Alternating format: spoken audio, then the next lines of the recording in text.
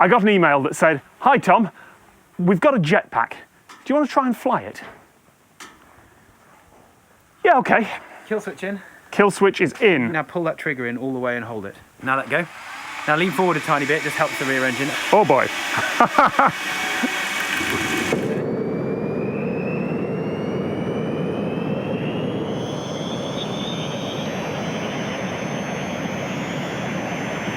Wow! So what are the expectations here? I'm not going to be flying high above the trees. If I can manage just a second of stable hovering, I'm going to call that victory. Okay, I'm wearing 5 jet engines. Tom is here today to do our light touch flight training. It's not a full day, but actually even within 3 or 4 goes, you'll see the amazing amount of progress that people can make.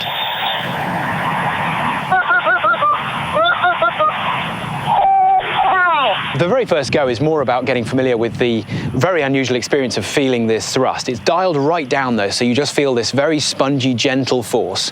And then what we'll do over the successive goes is just dial the power up, and actually Tom can do this himself with a little nudge switch he's got control of.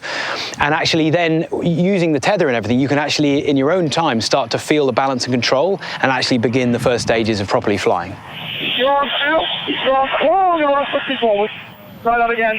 Right, arms out and forward. Oh, that feels better. About 2016, I hatched this idea that surely couldn't you leverage the human mind and the body, the mind is the flight control computer and the body is the flight structure, and just kind of fly in a really unusual way. And that's what I set about doing, using the help of little micro jet engines. Pick my legs back into the jet engine now, let's not do that. Oh, there we go. So the suit consists of 5 little jet engines. There's 2 on each arm and 1 round the back, and together they produce about 144 kilos of thrust. If you crudely equate that to horsepower, it's around 1,050, because it takes that amount of energy to get a human being with the equipment to just literally sit there and hover. The only failure mode we have now is something fails and you drop, so therefore we don't fly massively high, we always keep it fairly safe. I had about 1 second of the sort of stable there and then it fell apart. Woo! This gets warm. Like, there was a couple of times where I just kind of buzzed my feet with the jet. That's not to do that. That's hot air. Yeah. Don't do that. No. Okay. I know what I need to do. I need to turn off the bit of my brain that's going, you can control this by thinking it through. No. All right. The burn rate is around 4 litres a minute for most of the time. The fuel burn is pretty intense. With the suits that we're using today, you can probably sit there for about 4 minutes or so if you really want to. Most of the events we do, mostly we're flying for a couple of minutes because you're so fast and direct. Cool, you're good to go. I'm good to go. There was a jetpack that featured in James Bond. There was another one that actually flew into the Olympics. They were kind of the traditional, almost rocket packs. You kind of turn it on, hope for the best. It was a wild ride. They were proper rockets.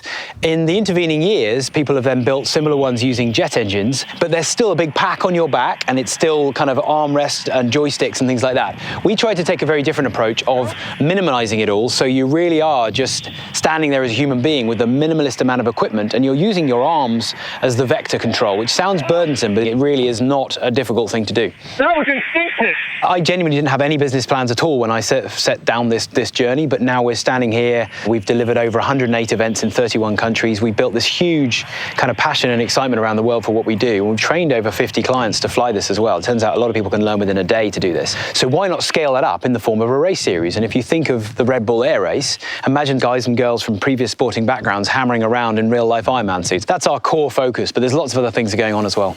These are about to burst into flame, aren't they? Let's be honest, this is not a practical method of transit. It lasts 4 minutes in flight before you have to refuel. It takes 4 litres of fuel per minute. I mean, it's devastatingly loud. But I don't think anyone needs to ask why. I think the answer is pretty obvious. Let's do this one more time. I think more power will kill me, but let's try it.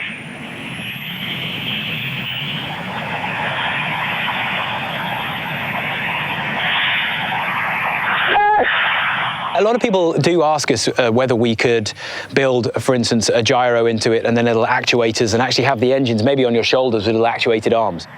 You could do. I mean, there are plenty of systems out there now that could be adapted to do that. You know, a Mavic drone, for instance, has got all the brain power to be able to do that. The only thing is, If you start going down that route, you start drifting away from the original ethos. You eventually become a passenger in another flying vehicle that becomes increasingly sophisticated, complicated, heavy, and frankly, not really the original ethos of just allowing humans to fly. Stable flight. In 3 attempts was a bit much to ask for, but there was a second in there. That was good, yeah. There was 1 second before I span out where it felt like I was flying. If I'd have been untethered, I'd have killed myself. But No, you'd just be in the grass. That's pretty impressive, because I mean, each go is what, at most 2 minutes. So that's 6 minutes of training. Did you learn to skateboard, rollerblade, ski, anything else, right? You had No. not bad progress, right? I'll take 6 minutes of jetpack for 1 second of genuinely feeling like I was flying. Yeah. That was incredible. Good stuff. Thank you so much. No problem. Let's Let's get you out of it. Let's get me out of here. Ah.